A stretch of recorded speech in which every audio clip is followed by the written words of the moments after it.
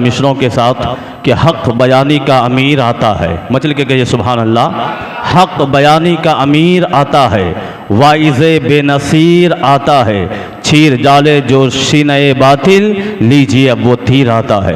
آنے والے مہمان کا استقبال ہم نعرہ تکبیر و رسالت کے گنج میں کریں اور بلند آواز سے نعرہ لگائیں: نعرہ تکبیر، نعرہ رسالت، مسلک اعلی حضرت، مسلک اعلی حضرت، علماء اہل سنت، علماء اہل سنت، حضرت علامہ مولانا اسماعیل امجدی صاحب قبلہ.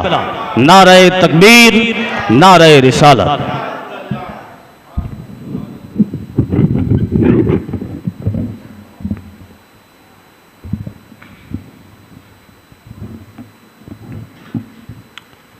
السلام علیکم ورحمۃ اللہ وبرکاتہ. الحمد لولیہ والصلاة والسلام علی نبیہ اما بعد. فاعوذ باللہ من الشیطان الرجیم. بسم اللہ الرحمن الرحیم. قل رب زدنی علما. صدق اللہ العظیم. ان اللہ وملائکتہ یصلون علی النبی یا ایھا الذین آمنوا صلوا علیہ وسلموا تسلیما.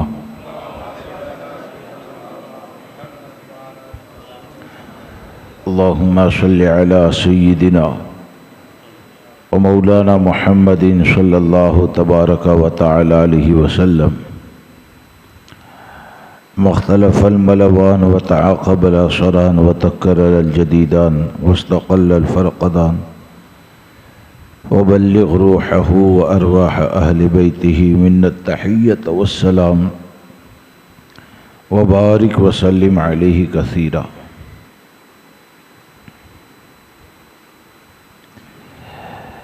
معزز سامعین کرام و رفیقان گرامی،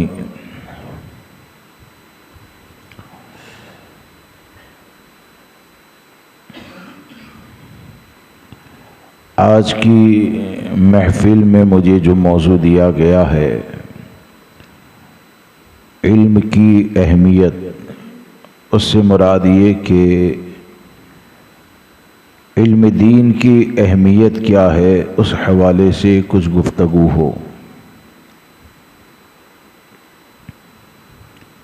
سب سے پہلے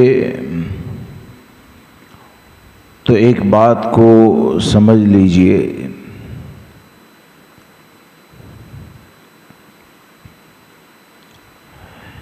کہ آپ یہاں پر جو آئے، اپنے قدموں سے چل کے آئے، گاڑی سے آئے، جیسے بھی آئے، یہ آنا اس وقت ہوا جب آپ کے دل میں آنے کا خیال آیا. یعنی آپ یہ کہہ سکتے ہیں اور حقیقت یہی ہے کہ ایک آدمی اچھائی کریں یا برائی کریں، نیکی کریں یا گناہ کریں، یہ تمام چیزوں کا تعلق دل سے ہوتا ہے. دل اگر اچھا ہو جائے تو پورا وجود اچھا ہو جاتا ہے، اور دل جتنا زیادہ بگڑے گا وجود میں اتنی ہی زیادہ خرابیاں پیدا ہوتی ہیں. ہم اور آپ اس بات پر غور کریں کہ دل جو ہے وہ گوشت کا ایک ٹکڑا ہے. کسی کا دل اگر ہاتھ میں لیا جائے تو وہ گوشت کو دیکھ کر ہم کو پتہ نہیں چلتا ہے یہ متقی ہے کہ کیا ہے.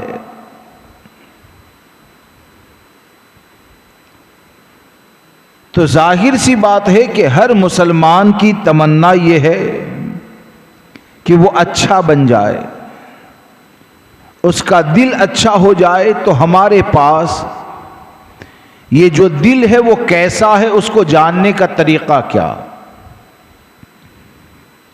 دعویٰ کرنا آسان ہوتا ہے. دعویٰ کرنے کو کوئی کہہ دے میں متقی ہو گیا، یہ الگ چیز ہے. اور یہ کہ شریعت کسی کو متقی کہے تو یقیناً وہ کامیابی کی ضمانت ہے۔ اب ہم جانیں کیسے کہ ہمارا دل اچھا ہے یا برا ہے؟ تو میں نے کبھی صوفیاء کرام کی تحریر کے اندر یہ پڑھا تھا کہ ہمارے بزرگوں نے یہ بتایا کہ جسے اپنے دل کی معرفت حاصل کرنی ہے کہ اس کا دل اچھا ہے یا برا، کیونکہ وہ اچھائی اور برائی کا سرچشمہ ہے۔ یہ ہر کوئی جانتا ہے کہ اگر ہماری آنکھ آوارہ ہوتی ہے تو اس کے آوارہ ہونے سے پہلے دل آوارہ ہوتا ہے، تب آنکھ آوارہ ہوتی ہے۔ ہماری زبان آوارہ ہوتی ہے، دل آوارہ ہوتا ہے، تب زبان آوارہ ہوتی ہے۔ اور اگر دل شریعت کا پابند بن جائے تو یہی دل اپنی آنکھ کو یہ کہتا ہے کہ اپنی آنکھوں کو جھکا لے، یہ دیکھنا حرام ہے۔ یعنی دل جو ہے نا وہ بنیاد ہے۔ تو ہم کیسے جانیں کہ ہمارے پاس کیسا دل ہے؟ میں اپنا محاسبہ کروں، آپ اپنا محاسبہ کریں۔ تو صوفیاء کرام نے فرمایا کہ جس طرح کے ایک نہر ہے اور اس میں سے اگر کئی نالیوں کو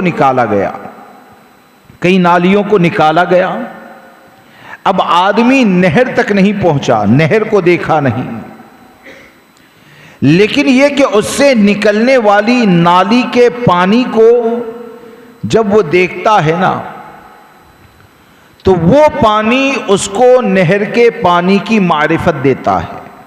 وہ پانی اس کو نہر کے پانی کی معرفت دیتا ہے، یعنی جب وہ نالی کو دیکھے گا تو اسے پتہ چل جاتا ہے اس کا تعلق نہر سے ہے۔ اگر وہ پانی صاف ہے تو نہر کے پانی کو صاف مانتا ہے، وہ پانی اگر بگڑا ہوا ہے تو نہر کے پانی کو خراب مانتا ہے۔ تو ہمارے بزرگان دین نے فرمایا یہ دل جو ہے نا وہ ایک تالاب اور ایک نہر کی طرح ہے۔ تم نے اپنے دل کو دیکھا نہیں، لیکن یہ چاہتے ہیں کہ دل تمہارا کیسا ہے اس کو جاننا ہے۔ تو ہمارے بزرگ فرماتے ہیں اس دل کی جو نہر ہے نا وہ آنکھوں کو بنایا گیا ہے، اس دل کی نہر ہاتھ کو بنایا گیا ہے، اس دل کی نہر پاؤں کو بنایا گیا ہے۔ یعنی مطلب یہ ہے کہ جس طرح نالی کا پانی دیکھ کر نہر کے پانی کا علم ہوتا ہے، اسی طرح جس کا وجود شریعت کا پابند ہو جائے، جس کی آنکھیں حرام سے بچ جائے، جس کی زبان خلاف شرع جملوں سے بچ جائے، جس کے کان حرام سننے سے بچ جائے، جس کے قدم حرام جگہوں پر جانے سے بچ جائے، تو یہ پورے وجود کا گناہ سے بچ جانا یہ اس بات کی دلیل ہے کہ اللہ تبارک و تعالیٰ نے اس بندے کو تقوی والا دل عطا فرمایا ہے۔ اللہ نے اس بندے کو تقوی والا دل عطا فرمایا۔ آج اصل میں مسئلہ یہ ہے کہ جسم ہمارا اچھا ہو جائے۔ آج اکثر لوگ، بڑا طبقہ یہ کیسے جیتا ہے کہ وہ یہ سمجھتا ہے کہ ہم نے مال کو جمع کر لیا، ہم نے مکان بنا لیا، ہمارا کاروبار سیٹ ہو گیا، اچانک ہماری آنکھ بند ہو جائے گی نا تو یہ روم ہے اس میں اے سی بھی ہے، میرا لڑکا آرام سے سوئے گا، میرے بچے آرام سے رہیں گے، مکان یہ ہماری ضرورت ہے، اس سے انکار نہیں ہے، رزق حلال یہ ہماری ضرورت ہے، اس سے انکار نہیں ہے، لیکن یہ کہ مکان کو بنا کر یہ سمجھنا کہ ہم نے زندگی کا مقصد حاصل کر لیا یا ہماری اولاد کی محبت کا حق ادا کر دیا، تو یاد رکھنا مال یہ جسم کی حفاظت کرتا ہے، مال کے ذریعے حاصل ہونے والا مکان وہ تم کو ٹھنڈی سے بچاتا ہے، گرمی کی شدت سے بچاتا ہے، بارش سے بچاتا ہے، لیکن یہ کہ صرف جسم محفوظ ہو جائے یہ کامیابی کی ضمانت نہیں ہے. اصل کامیابی تو یہ ہے کہ اس جسم کے اندر اللہ تبارک و تعالی نے ایک دل عطا فرمایا ہے. وہ دل عطا فرمایا ہے تو ہم کو یہ سوچنا ہے کہ مکان میں رہنے کے لیے تو آ گئے, شاندار محل کے اندر رہنے تو لگے, لیکن کیا تنہائی کے اندر تمہارا بچہ اگر بستر کے اوپر چلا جاتا ہے تو وہ نیٹ کے ذریعے حرام چیزوں کو تو نہیں دیکھتا ہے؟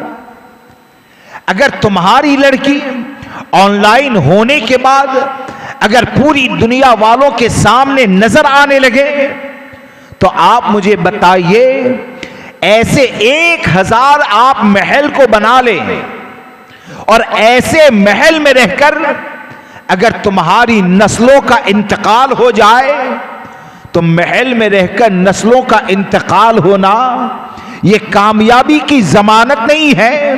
کامیابی کی ضمانت کیا ہے؟ مکان پکا ہو یا کچا ہو, آدمی کا کاروبار بڑا ہو یا چھوٹا ہو, وہ امیر ہو یا غریب ہو, کامیابی کی ضمانت یہ ہے کہ ایک مومن کا دل اگر کمال کے ساتھ زندہ ہو جائے, حضور کی محبت سے روشن ہو جائے, علم شریعت کو حاصل کرنے والا بن جائے, اگر وہ دل متقی ہو جائے تو یقین جانے اگر ہم نے اپنی اولاد کو تقوی والا دل عطا کر دیا اور محل نہیں دے پائے اور وہ جھونپڑے میں اسی تقوی کے ساتھ مر جائے گا تو وہی جھونپڑے میں مرنا اس کے لیے جنت میں جانے کا ذریعہ بن جائے گا. اگر جھونپڑے میں مرا تب بھی اس کے لیے جنت میں جانے کا ذریعہ بن جائے گا. تو اب ایک بات تو سمجھ میں آ گئی کہ ہمارے وجود کے بہتر بننے کے لیے دل کا بہتر ہونا شرط ہے. ہاں؟ دل کا بہتر ہونا شرط ہے. یہ بادشاہ ہے, اس کی حیثیت ایک بادشاہ کی طرح ہے. باقی جو چیزیں ہیں نا, یعنی میرے ہاتھ نے چوری کر لی تو یہ تو رعایا ہے, میری آنکھوں نے لڑکی کا پیچھا کیا یہ تو رعایا ہے, میرے قدم شراب کے اڈے پہ چلے گئے یہ تو رعایا ہے. اصل یہ ہے کہ اگر تم نے بادشاہ کو سوار دیا اور بادشاہ اگر اچھا ہو گیا تو رعایا بھی اچھی ہو جائے گی, اور رعایا اچھی ہو جائے گی, وجود اچھا ہو جائے گا تو اللہ یہاں بھی عزت عطا فرمائے گا, قبر و حشر میں بھی عزت عطا فرمائے گا. تو جب ہم کو یہ پتا چل گیا کہ دل اچھا ہونا چاہیے تو ہم اپنے دل کو اچھا بنانا چاہتے ہیں. میں یہ چاہتا ہوں میرا دل اچھا ہو جائے, آپ یہ چاہتے ہیں آپ کا دل اچھا ہو جائے. کیوں کہ وہ اگر اچھا ہو گیا نا تو آپ کے تعلق بھی مسلمانوں سے اچھے ہو جائیں گے, آپ گھریلو حقوق کے ادا کرنے والے بھی بن جائیں گے, آپ مسجد کا حق ادا کرنے والے بھی بن جائیں گے, آپ عقیدے میں بھی مضبوط ہو جائیں گے, آپ بد مذہبوں کی صحبت سے بچنے والے بھی ہو جائیں گے. کیونکہ دل جب اچھا ہوگا تو پورا وجود اچھا ہوگا. تو اب دیکھنا یہ ہے کہ ہم اپنے دل کو اچھا کیسے بنائیں, ہم اپنے وجود کو اچھا کیسے بنائیں. آئیے نبی اکرم نور مجسم شفیع معظم صلی اللہ تبارک و تعالی علیہ وسلم کی بارگاہ میں عرض کریں کہ یا رسول اللہ علیہ الصلوۃ والسلام, ہمارے دل یہ بیمار ہو چکے ہیں, ہمارے دل کے اندر خرابی پیدا ہو چکی ہے, ہم یہ چاہتے ہیں ہمارے دل بہتر ہو جائے, ہم یہ چاہتے ہیں ہمارے دل کا علاج ہو جائے, ہم یہ چاہتے ہیں کہ ہمارے دل کی تاریکی ختم ہو جائے اور ہمارا دل روشنی سے منور ہو جائے. تو اس کا طریقہ کیا ہے؟ تو نبی اکرم صلی اللہ تعالی علیہ وسلم نے ایک مقام کے پر ارشاد فرمایا. کیا آپ ارشاد فرماتے ہیں کہ نبی اکرم صلی اللہ تبارک و تعالی علیہ وسلم نے ایک مقام پر ارشاد فرمایا قلب لیس فیہ شیء من الحکمت کبیت خریب. وہ دل, کون سا دل؟ وہ دل جو علم و حکمت سے خالی ہو, علم و حکمت سے خالی ہو. یہاں پر علم سے مراد ABCD نہیں ہے, علم سے مراد ڈاکٹر انجینئر بننا نہیں، کتاب و سنت کا علم، کتاب و سنت کا علم۔ ہمارے آقا ارشاد فرماتے ہیں وہ دل جو علم و حکمت سے خالی ہو کبیتن خریب، وہ ویران مکان کی طرح ہوتا ہے۔ وہ دل کیا ہوتا ہے؟ ویران مکان کی طرح ہوتا ہے۔ اور مکان اگر ویران ہو جائے تو آپ نے دیکھا ہوگا کہ کوئی مکان محل 100 سال سے اگر بند پڑا ہے تو آپ کو ہندوستان میں کئی ایسے محل مل جائیں گے کہ جہاں کی زمین کی قیمت کروڑوں میں ہے لیکن اس کو کوئی خریدنے والا نہیں۔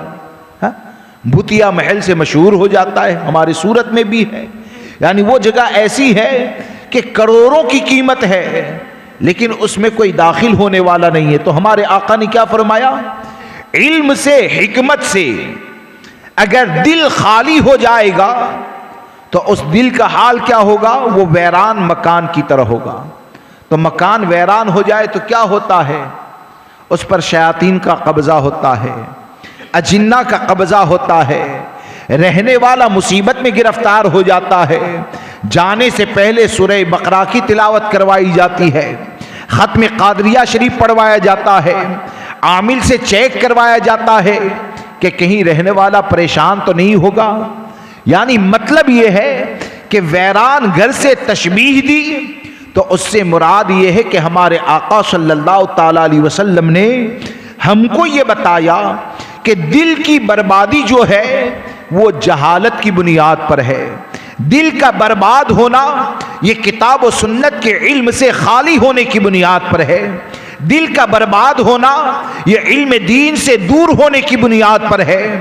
تو ہمارے آقا صلی اللہ تعالی علیہ وسلم نے یہ دل کو آباد کرنے کا نسخہ عطا فرمایا، اور بارگاہ رسالت سے جو نسخہ دیا گیا وہ نسخہ یہ ہے کہ ہمارے آقا نے ارشاد فرمایا فَتَعَلَّمُوا وَعَلِّمُوا وَتَفَقَّهُوا وَلَا تَمُوتُوا جُهَّالًا، علم سیکھو، علم سکھاؤ، اپنے اندر دین کی سمجھ پیدا کرو، وَلَا تَمُوتُوا جُهَّالًا، جہالت کی موت مت مرو، ان اللہ لا یعذر عن الجہل، کیونکہ اللہ تبارک و تعالی جہالت کے عذر کو قبول نہیں فرمائے گا۔ اب اس حدیث مبارکہ میں نبی اکرم صلی اللہ تبارک و تعالی علیہ وسلم نے قیامت تک آنے والے غلاموں کو اس بات کا پیغام دیا کہ دلوں کی زندگی اس بات پر منحصر ہے کہ جو دل علم قرآن سے روشن ہو جائے گا وہی علم قرآن اس کے دل کو، پورے وجود کو شریعت کا پابند بنائے گا۔ جو دل علم شریعت سے روشن ہو جائے گا وہ وجود شریعت مطہرہ کی پابندی کرنے والا بن جائے گا۔ اس لیے دوستو، ضرورت اس چیز کی ہے کہ ہم کتاب و سنت کا علم حاصل کریں۔ میں آپ کو بتاؤں، علم نہ ہونا، جہالت کا انجام کیا ہوتا ہے؟ جہالت کا انجام کیا ہوتا ہے؟ کیا آج جو ہزاروں فتنوں کے اندر لوگ گرفتار ہو رہے ہیں، ہزاروں، ایک کو زیادہ تو نہیں ہے نا؟ بات سمجھ میں آ رہی ہے نا؟ ہاں؟ آج جو ہزاروں قسم کے فتنوں میں جو گرفتار ہو رہے ہیں نا، اس کی وجہ کیا ہے؟ اس کی وجہ جہالت ہے۔ اس کی وجہ کیا ہے؟ اس کی وجہ اصل میں جہالت ہے۔ اور اسی لیے سرکار سیدنا فاروق اعظم رضی اللہ تبارک و تعالیٰ عنہ کا طریقہ یہ تھا کہ جب آپ اپنے خلافت کے دور میں مدینہ منورہ کے بازار میں نکلتے تھے، ہاں، بازار کے اندر نکلتے تھے نا، تو اگر کوئی سامان بیچ رہا ہے، نیا آدمی نظر آیا، اس کی دکان پر کھڑے ہو جاتے اور کھڑے ہونے کے بعد اس سے مسائل پوچھتے، ذرا یہ بتاؤ یہ سامان کو کیسے بیچنا جائز ہے، کیسے بیچنا ناجائز ہے؟ اس سامان کو ایسے بیچو گے تو یہ جائز ہوگا یا ناجائز ہوگا؟ اگر وہ کاروبار کرنے والا ان مسائل کا جواب دے دیں تو فاروق اعظم فرماتے ہیں کاروبار کرو، اور اگر جواب نہیں دے پاتے تو فرماتے اپنا سامان اٹھاؤ، پہلے مسائل سیکھو بعد میں کاروبار کرنا، پہلے مسائل سیکھو بعد میں کاروبار کرنا۔ کیوں؟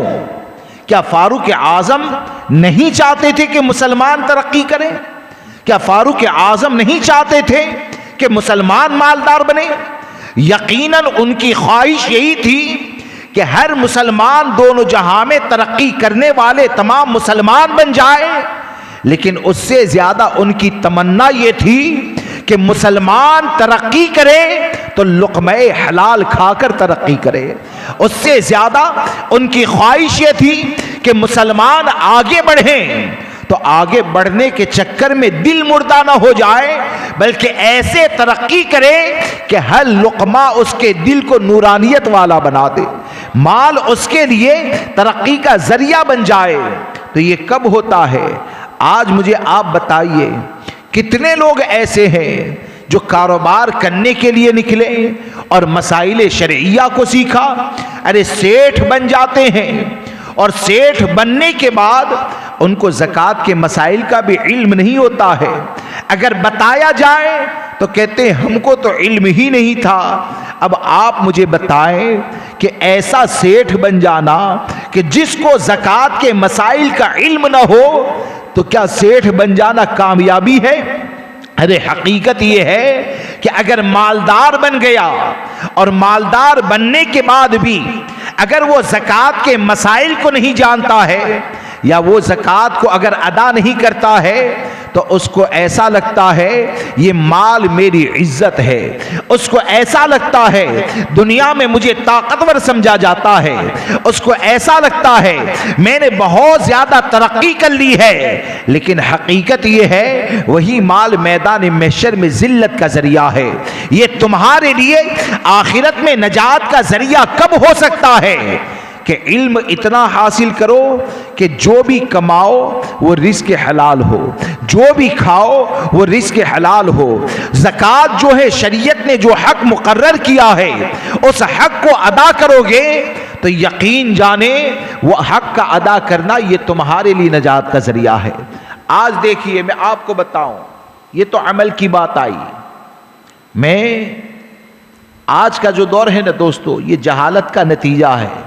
لوگ کہتے ہیں کہاں جائے، لوگ کہتے ہیں کہاں جائے، میں کہتا ہوں یہ دنیا والوں پر اور بالخصوص ہندوستان والوں پر اللہ تبارک و تعالیٰ کا یہ کرم، نبی اکرم صلی اللہ تبارک و تعالیٰ علیہ وسلم کی نظر عنایت اور سرکار غوث پاک کی خاص عنایت ہے کہ اللہ نے ہم کو امام احمد رضا عطا فرمائے۔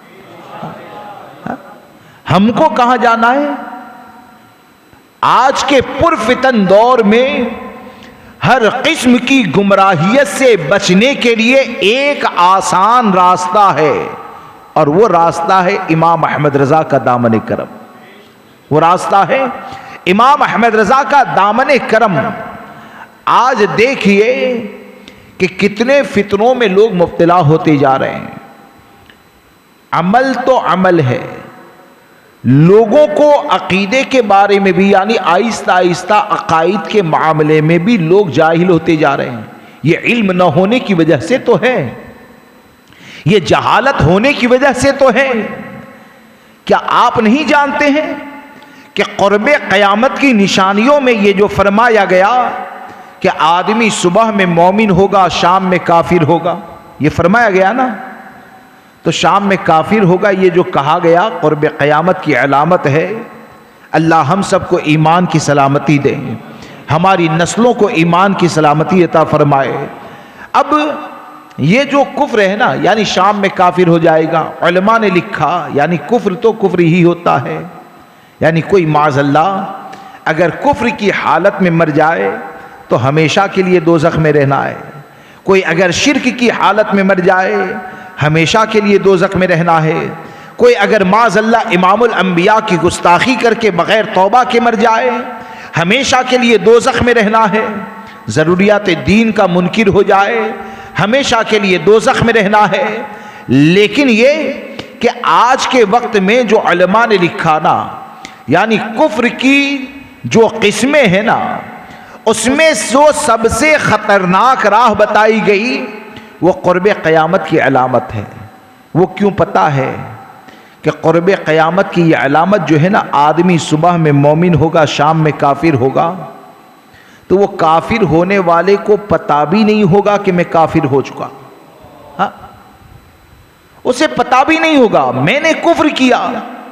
اب جب پتا ہی نہیں ہوگا تو پھر معاملہ کیا ہوگا؟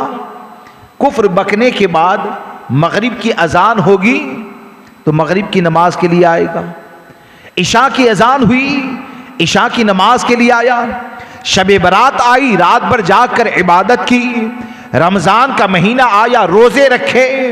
لیکن یہ کہ اگر کفر کی حالت میں مر گیا معاذ اللہ تو آپ مجھے بتائیں کوئی بھی عمل کام آئے گا؟ عمل کے کام آنے کے لیے بنیاد یہ ایمان ہے. ایمان ہوگا تو عمل ہے. تو سب سے پہلے آج کے وقت میں جو علم کی اہمیت کہتے ہیں نا کہ علم کی اہمیت پر بات کی جائے تو سب سے پہلا فرض تو یہ ہے کہ آج پوری دنیا کے اندر اور بالخصوص وہ جگہیں ہندوستان میں کہ جن جگہوں پر آپ کے جانے سے آپ کافر ہو سکتے ہیں, جن جگہوں پر جانے سے آپ کا ایمان جا سکتا ہے, ان جگہوں کا علم حاصل کرنا اور ان جگہوں کا علم حاصل کرنے کے بعد ان جگہوں سے خود کو بچانا اور اپنی نسل کو بچانا یہ آج کا سب سے اہم فرض ہے. آج کا یہ سب سے بڑا فرض ہے. آپ پریکٹیکل دیکھیے کہ آج جہاں اور ڈر اتنا پھیلا دیا گیا, یعنی ایسا ہے کہ ہم کو تو جیسے 500 سال جینا ہے, کبھی مرنا ہی نہیں ہے. دوستو مرنا تو ہے ہی, جنت میں جانا ہے نا, تو جنت میں اتنے آسانی سے جائیں گے؟ بغیر جان دیے کوئی جنت میں جا ہی نہیں سکتا ہے. تو جنت میں جانے کے لیے جان تو دینا ہے. آج اصل میں حالات اتنے زیادہ ابتر ہے کہ دنیا کے فوائد کی بات کی جاتی, دنیا کی نعمتوں کی بات کی جاتی ہے, دنیا میں کیا حاصل ہوتا ہے اس کے بارے میں گفتگو کی جاتی ہے. آپ نے کبھی سوچا کہ آج کے جو حالات بن رہے ہیں نا, حقیقت ہے ایسا نظر آ رہا ہے کہ قرب قیامت کا وہ نقشہ بنتا جا رہا ہے جس کے بارے میں نبی اکرم صلی اللہ تبارک و تعالی علیہ وسلم نے فرمایا کہ مسجدیں نمازیوں سے بھری ہوگی, ہدایت سے خالی ہوگی. مسجدیں نمازیوں سے بھری ہوگی اور ہدایت سے خالی ہوگی. اب آپ دیکھیں کہ ہم یہ چاہتے ہیں ہمارے دل کے اندر ایک احساس پیدا ہو, ہم یہ چاہتے ہیں ہمارا ایمان سلامت رہے, حلاوت ایمانی ملے. تو وہ کیسے حاصل ہوتی ہے؟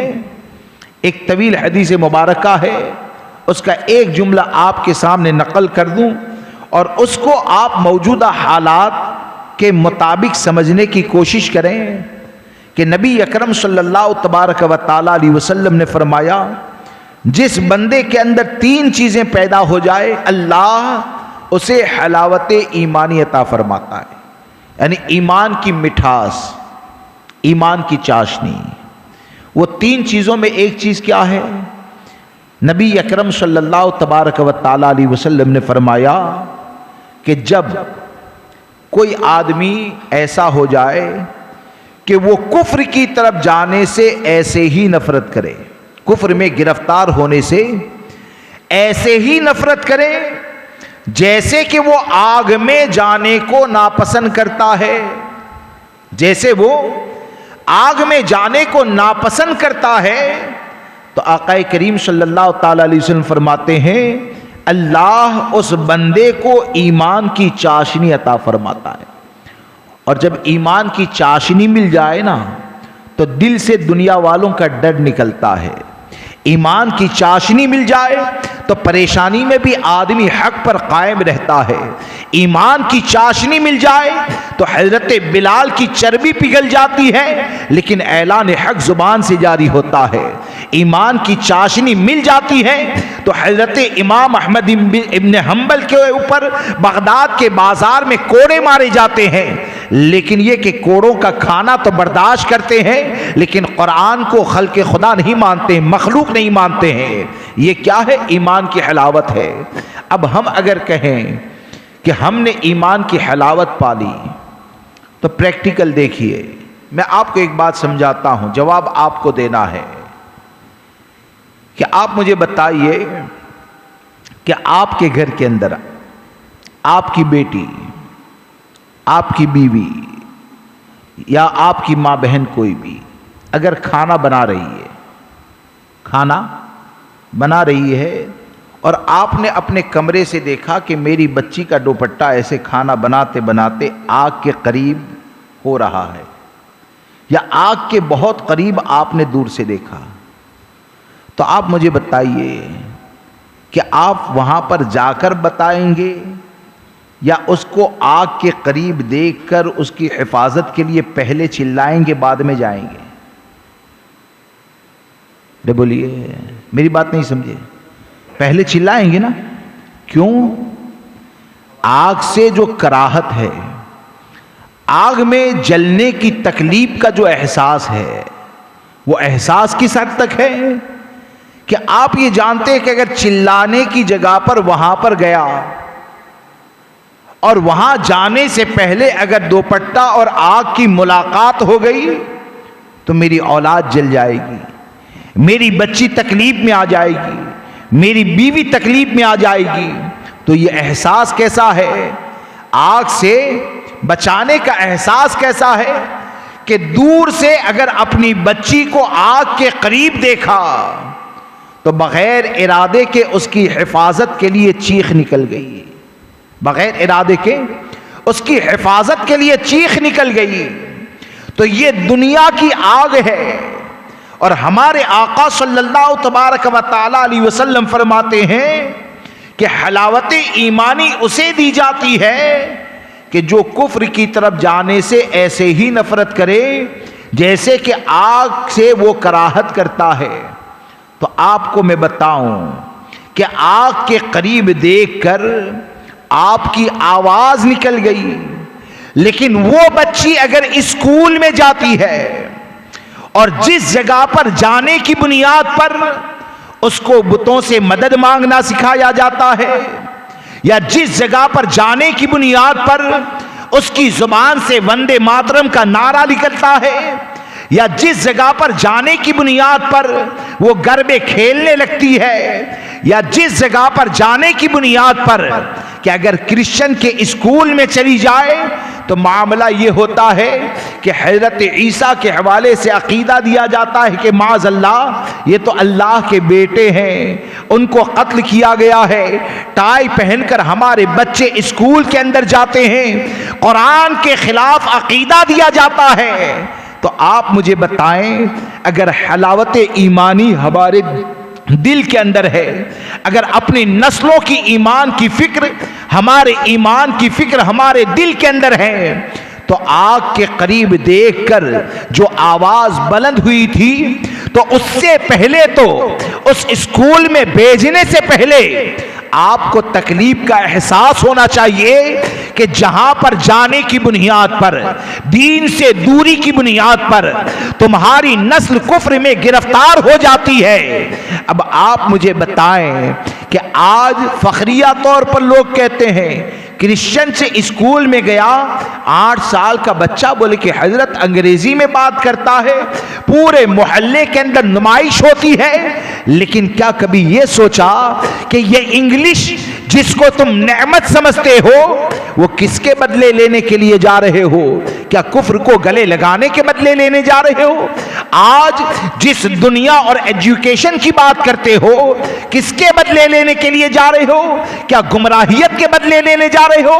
یاد رکھ کر چلے، ہر مسلمان کی زندگی کا جو بنیادی مقصد ہے، ہر مسلمان کی زندگی کا جو بنیادی فرض ہے، وہ بنیادی فرض یہ ہے کہ ایمان کے ساتھ رہنا اور ایمان کے ساتھ دنیا سے جانا، یہ بنیادی فرض ہے۔ اگر ایمان بچا رہے تو یہ دونوں جہاں کی بلائی ہے۔ اس لیے دوستو، آج یہ جو کفریہ چیزیں پیدا ہو رہی، کیا گانے کم پیدا ہو رہے ہیں؟ کتنے لوگ ایسے ہیں؟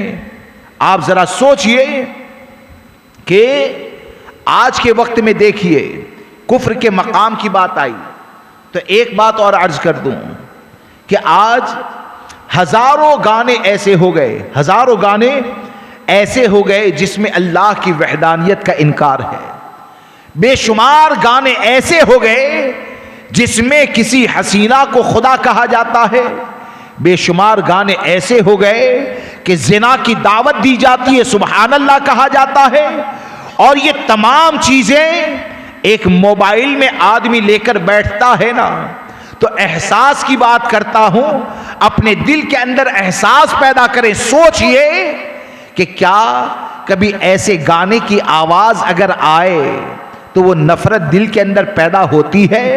بلکہ ہوتا یہ ہے شادیوں میں ایسے گانے بجائے جاتے ہیں، نکاح ہونے سے پہلے ہی دلہا اس لائق کئی جگہ دلہے کو کئی جگہ پر ایسا بنا دیا جاتا ہے کہ مولانا ایجاب و قبول کروائے تب بھی نکاح ہی نہیں ہو سکتا ہے۔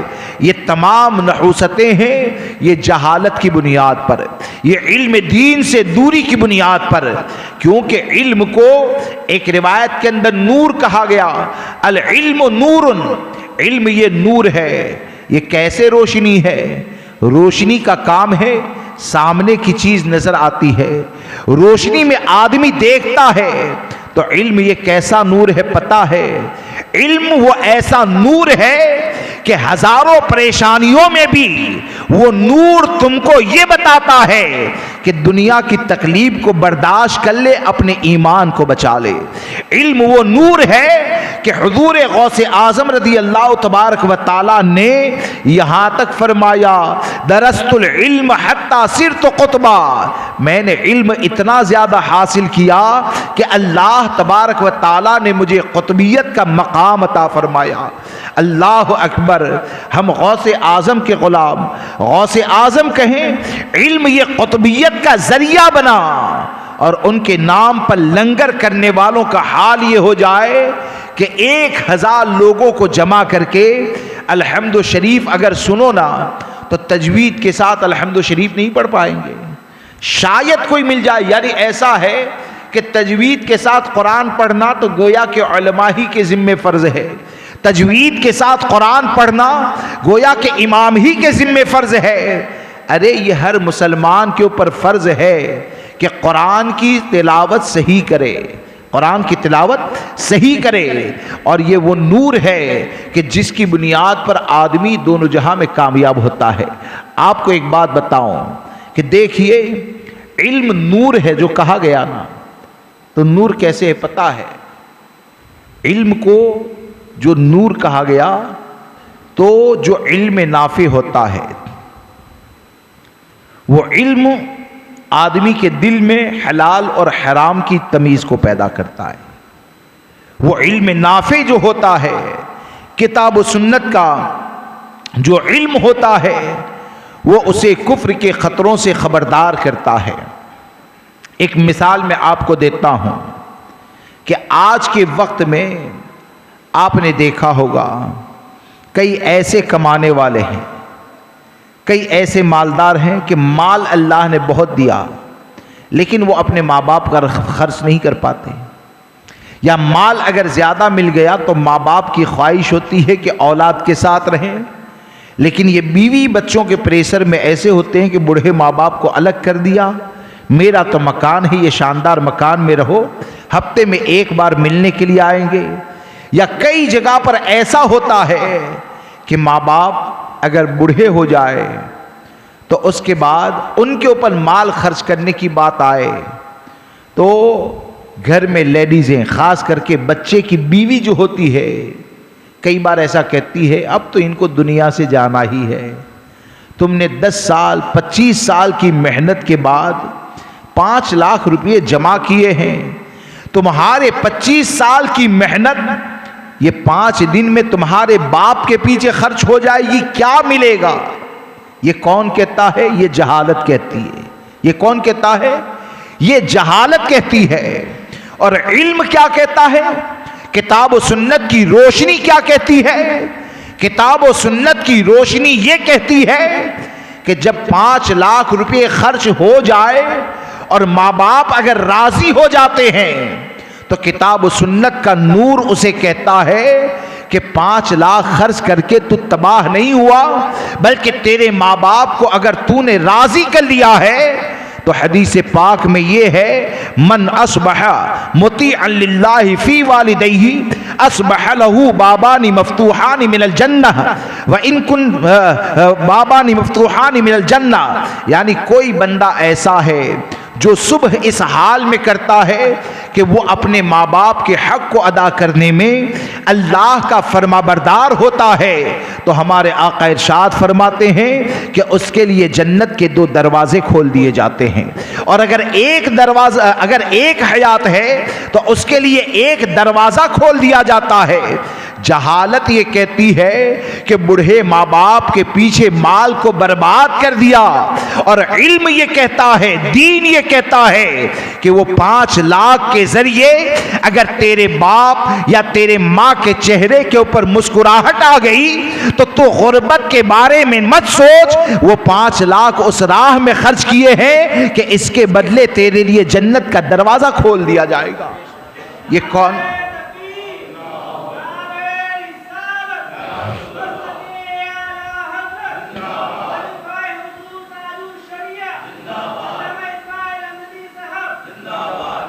تو یہ کیا ہے؟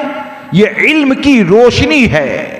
اس لیے دوستو، آج کی سب سے اہم ذمہ داری یہ ہے ہم اپنی جہالت کو دور کریں، کتاب و سنت کے علم سے اپنے آپ کو روشن کریں۔ علماء حق جو تعلیمات امام احمد رضا کے وفادار ہیں، ایسے علماء کے قریب رہ کر دین سمجھیں، اور سمجھ کر یہ اپنی نسلوں کو سمجھائیں، تو اس کی برکتیں انشاءاللہ اللہ ہم کو عطا فرمائے گا۔ دوستو، ہم مسلک اعلیٰ حضرت کے ماننے والے، اور ہم کو سمجھانا پڑے کہ علم کی اہمیت کیا ہے، یہ کتنے بڑے افسوس کا مقام ہے۔ اعلیٰ حضرت کا نعرہ لگانے والے کو یہ سمجھانا پڑے کہ علم کی اہمیت کیا ہے۔ ارے اعلیٰ حضرت تو وہ ہیں کہ جنہوں نے ہزاروں فتنوں کا مقابلہ کیا ہے نا، تو وہ مقابلہ فوج کے ذریعے تھوڑی کیا ہے، وہ مقابلہ مال کے ذریعے تھوڑی کیا ہے، وہ مقابلہ کسی اور چیز کے ذریعے تھوڑی کیا ہے۔ یہ ہر فتنے کا مقابلہ اگر امام احمد رضا نے کیا ہے تو وہ کتاب و سنت کے علم کے ذریعے کیا ہے۔ ہر فتنے کا مقابلہ امام احمد رضا نے کیا تو علم اتنا حاصل کیا کہ آج بھی الحمدللہ امام احمد رضا کی کتاب ہمارے تک پہنچ جاتی ہے تو گمراہیت کا بادل چھٹ جاتا ہے، عشق رسول کا اجالا ہو جاتا ہے۔ یہ کس بنیاد پر ہے؟ یہ اس بنیاد پر ہے کہ ملک سخن کی شاہی تم کو رضا مسلم، جس سمت آ گئے ہو سکے بٹھا دیے ہیں۔ تو یہ سکے کون سی چیز ہے؟ کیا مال والے سکے ہیں؟ یہ سکے ہیں کتاب و سنت کے دلائل کے انبال لگا دیے ہیں۔ یہ امام احمد رضا ہے۔ اس لیے دوستو، علم دین حاصل کریں، دین کی سمجھ پیدا کریں، اور آج کے وقت میں حق کو سمجھنے کی کوشش کریں۔ آج کا دور ایسا ہے، آدمی کہیں سے بھی کچھ بھی اٹھا کر لے آتا ہے۔ بس آخر میں 1-2 بات عرض کر کے اپنی گفتگو کو ختم کر دوں کہ ہم اگر یہ چاہتے ہیں، یہ بھی جہالت ہی ہے، ہاں؟ یعنی ہر برائی کے پیچھے آپ کو جہالت نظر آئے گی، ہاں؟ آدمی ولی نہیں ہے اور ولی سمجھنے لگے تو یہ بھی تو جہالت ہے، ہاں؟ جاہل اپنے آپ کو عالم سمجھنے لگے، وہ بھی تو جہالت ہے۔ یعنی یہ جو قرب قیامت کی نشانی ہے نا، قرب قیامت کی نشانی، نااہل کو عہدہ، ہاں؟ نااہل کو عہدہ۔ تو آج کئی جگہ پر جو علماء حق ہے ان کی بات نہیں کرتا۔ آج لوگوں نے کیا سمجھ لیا؟ لوگوں نے یہ سمجھ لیا جبہ پہن لیا، ٹوپی آ گئی، عمامہ آ گیا، ہاں، بہت بڑے عالم ہو گئے۔ ارے عالم جو ہوتا ہے وہ اپنی ذمہ داریوں سے پہچانا جاتا ہے۔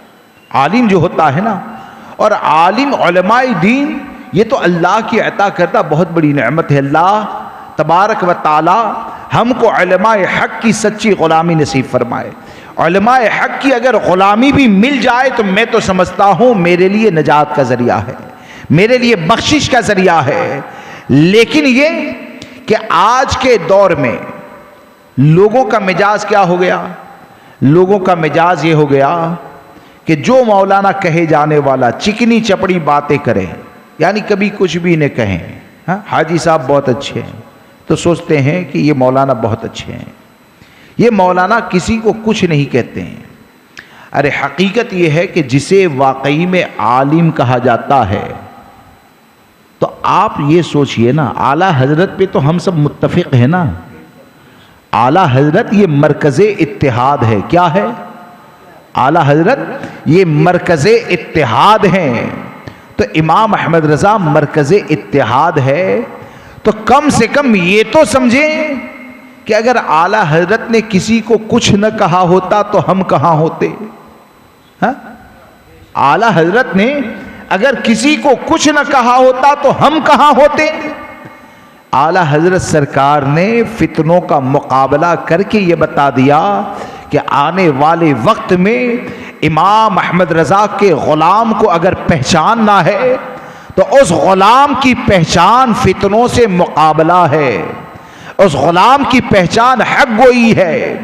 اور پھر یہ کہ علماء کو اگر آپ جاننا چاہتے ہیں، آج دو کمزوریاں یعنی عوام کی طرف سے جو کمزوری ہے وہ، اور بعض جگہ پر علماء کی طرف سے جو کمزوری، یعنی جو واقعی میں گال میل کرنے والے بن جائے نا بد مذہبوں سے، تو وہ ہزاروں دلیل زبان سے دے، میں تو اس کو عالم ہی نہیں سمجھتا. اور اس کو میں فتاوی رضویہ شریف کی روشنی میں ثابت بھی کر سکتا ہوں. عالم کی ذمہ داری کیا ہے؟ عالم کی ذمہ داری کیا ہے؟ عالم کی ذمہ داری مسجد کا متولی مقرر نہیں کرتا. عالم کی ذمہ داری کوئی سیٹھ مقرر نہیں کرتا. عالم کی ذمہ داری مقرر کس نے کی ہے؟ عالم کی ذمہ داری کو مقرر کیا ہے شریعت مصطفیٰ نے. عالم کی ذمہ داری کو مقرر کیا ہے پیارے آقا صلی اللہ تعالی علیہ وسلم نے. اور وہ ذمہ داری کیا ہے؟ اذا ظہرت الفتن، جب فتنے ظاہر ہو، او قال البدع، یا گمراہیاں پھیلنے لگے، اور ایسے وقت میں اگر عالم اپنے علم کو چھپاتا ہے، فعلیہ لعنت اللہ والملائکۃ والناس اجمعین، تو ایسے عالم پر اللہ کی لعنت، فرشتوں کی لعنت، تمام لوگوں کی لعنت. لا یقبل اللہ صرفا ولا عدلا، اللہ ایسے عالم کے فرائض کو، ایسے عالم کے نوافل کو قبول نہیں فرماتا. یہ کس نے فرمایا؟ یہ امام الانبیاء صلی اللہ تبارک و تعالی علیہ وسلم نے فرمایا. اب یہاں پر جب یہ فرما دیا گیا کہ طاقت و استطاعت ہونے کے بعد بھی اگر فتنوں سے مقابلہ نہ کریں، فتنوں کے حوالے سے خبردار نہ کریں، تو ایسے عالم پر تو اللہ کی لعنت ہے. بلکہ حدیث سے تو یہ سمجھ میں آتا ہے کہ ایسے کی نماز قبول جب نہیں ہوتی ہے تو اس کے پیچھے دوسروں کی کیسے ہوگی؟ جب اس کی قبول نہیں ہوتی ہے تو اس کے پیچھے دوسروں کی کیسے ہو سکتی ہے؟ تو آپ مجھے بتائیں کہ کوئی آدمی کسی علاقے میں دیوبندی وہابی سے تعلقات جوڑے جاتے ہیں، اور پتہ ہونے کے بعد بھی، طاقت ہونے کے بعد بھی، صرف لوگوں کو راضی کرنے کے لیے اگر خاموش رہا جائے، تو کیا ہمارے آقا صلی اللہ تعالی علیہ وسلم نے ہم کو یہ نہیں بتایا کہ بد مذہب سے قریب جانا یہ گمراہیت کا ذریعہ ہے؟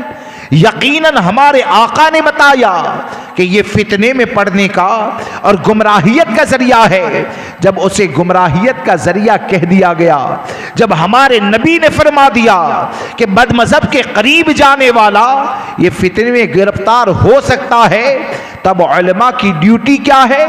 علماء کی ڈیوٹی یہ ہے کہ عالم جو بنتا ہے وہ کسی سیٹھ کو، کمیٹی کو، علاقے کو راضی کرنے کے لیے نہیں بنتا ہے. عالم کی زندگی کا مقصد یہ ہوتا ہے، جو پیا کو بھائی اختر وہ سہانا راگ ہے، جس سے ناخوش ہو پیا وہ راگنی اچھی نہیں. عالم کی زندگی کا مقصد یہ ہوتا ہے کہ اللہ رسول راضی ہو جائے. تو رسول اکرم صلی اللہ تعالی علیہ وسلم کی رضا کس میں ہے؟ جو فطر فتنوں سے مقابلہ کرے گا، لوگ راضی ہو یا نہ ہو امام الانبیاء راضی ہو جائیں گے، اور جب امام الانبیاء راضی ہو جائیں گے تو یقیناً اس کے لیے دونوں جہاں کی بلائیاں ہے۔ تو اس لیے ایسے علماء کو ساتھ دیں، ایسے علماء کرام کو ساتھ دیں، لیکن یہ کہ ساتھ میں اپنی ذمہ داری بھی سمجھیں۔ لوگ اصل میں کئی جگہ پر ایک طرف کی بات کرتے، وہ ایک طرف کی بات کیا ہے؟ علماء حق بولتے نہیں۔ اچھا علماء حق بولے تو آپ ساتھ کتنا دیں گے؟ بولے کہ ہم تو بیوی کے پاس جا کر آرام کریں گے۔ یہ کیسے ہوگا؟ جہاں پر عالم کا کام حق بولنا ہے، وہیں پر عوام کا کام اہل حق کے ساتھ کھڑے ہونا ہے۔ ہاں؟ جہاں پر عالم کا کام حق بولنا ہے، وہیں پر عوام کا ذمہ ہے کہ اہل حق کے ساتھ کھڑے رہیں، اور جب عالم حق بولیں اور اہل حق کے ساتھ کھڑے رہنے والی عوام بن جائے تو اس وقت علاقہ یہ ایسا محفوظ ہوتا ہے کہ وہاں کے لوگوں کا دین سلامت ہو جاتا ہے، وہاں کے لوگوں کا ایمان سلامت ہو جاتا ہے، وہاں کے لوگوں کا عمل محفوظ ہو جاتا ہے۔ اس لیے دوستو اپنے اندر دینی رغبت پیدا کرے، جماعت رضائے مصطفیٰ سے جڑیں، اور مجھے امید ہے کہ انشاءاللہ یہ لوگ آپ لوگ بھی ساتھ دیں۔ آنے والے وقت میں عنقریب شہر جلگاؤں میں مکاتب علم، نوجوانوں کے لیے علم حاصل کرنے کے انتظام وغیرہ ہوں گے۔ آپ جماعت رضائے مصطفیٰ کو ساتھ دیں، اور ایک بات کو یاد رکھ کر چلیے کہ جماعت رضائے مصطفیٰ یہ ہم سب کے محسن، ہاں ہر سنی کے محسن امام احمد رضا کی تنظیم ہے۔ ہاں؟ امام احمد رضا فاضل بریلوی کی تنظیم ہے۔ آپ صرف اتنا سوچیں کہ امام احمد رضا نے اس کو قائم کیا، بس یہ سوچ کر آپ جڑیں گے، یہ سوچ کر آپ اسے مضبوط کریں گے تو کون کیا دینے والا ہے اس کو بھول جائیے۔ ہم یہ مانتے ہیں کہ اعلیٰ حضرت آج بھی ہم کو عطا فرماتے ہیں۔ ہاں؟ ہمارا یہ عقیدہ ہے۔ ہماری جماعت رضائے مصطفیٰ کا بانی کوئی سیٹھ نہیں ہے، جماعت رضائے مصطفیٰ کا بانی یہ مجدد اعظم امام احمد رضا ہے، اور مجدد اعظم امام احمد رضا وہ ہیں کہ جو زمین پر رہے تب بھی ہمارے مددگار تھے اور قبر میں چلے گئے، اور آج بھی کوئی فتنہ اٹھتا ہے تو امام احمد رضا کی کتابوں سے گویا کہ یہ صدا آتی ہے کہ کلک رضا ہے خنجرے خونخوار برقبار، اعداء سے کہہ دو خیر منائے نشر کرے۔ تو یہ کس کی تنظیم ہے؟ یہ اعلیٰ حضرت کی تنظیم ہے، اور اعلیٰ حضرت کی تنظیم ہے۔ ساتھ دیں، علماء حق کے ساتھ رہیں، علم دین حاصل کریں۔ اللہ تبارک و تعالی مجھے آپ کو سب کو کہنے سننے سے زیادہ عمل کی توفیق عطا فرمائے۔ بولنے میں جانے انجانے اگر مجھ سے کوئی غلطی ہو گئی ہو، آپ سب کو گواہ بنا کر توبہ کرتا ہوں۔ استغفر اللہ رب من کل ذنب واتوب الیہ، لا الہ الا اللہ محمد رسول اللہ صلی اللہ تعالی علیہ وسلم۔ السلام علیکم ورحمۃ اللہ۔